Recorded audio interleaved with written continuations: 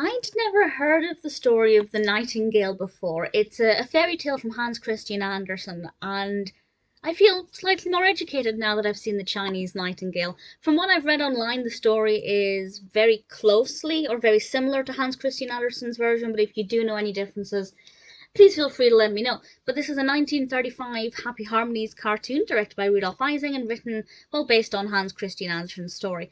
And we have this emperor who loves this Nightingale song, and I love the animation of the Nightingale. I think it's beautiful. The song itself is absolutely gorgeous as well. I love the sound of the Nightingale. And he gets this mechanical bird that plays songs. It's a music box, and the Nightingale is very put out by this and leaves.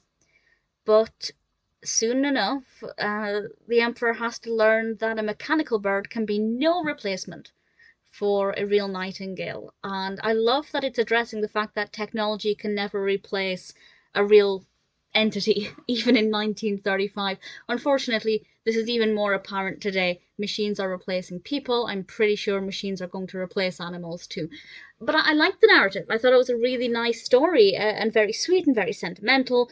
Sometimes I didn't like the character of the emperor. Sometimes I did. With regards to the depiction of the Chinese characters, I was slightly nervous. I'm always nervous when I watch a cartoon from this era where there are, well, basically non-American characters. And I have to say, some of the depictions are uncomfortable. Some of them are a bit too stereotypical. But a lot of them are actually okay. And obviously, me not being Chinese, that opinion doesn't really mean anything.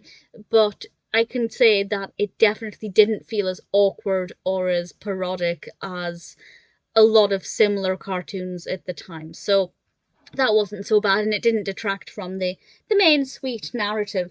It's beautifully animated, particularly the animals, the trees. Visually, it's an absolute delight, and listening to it is really pleasing as well. So I have to say I rather enjoyed it. I wasn't entirely sure what to expect from it. When I read the title, I thought, I don't know what on earth this is going to be.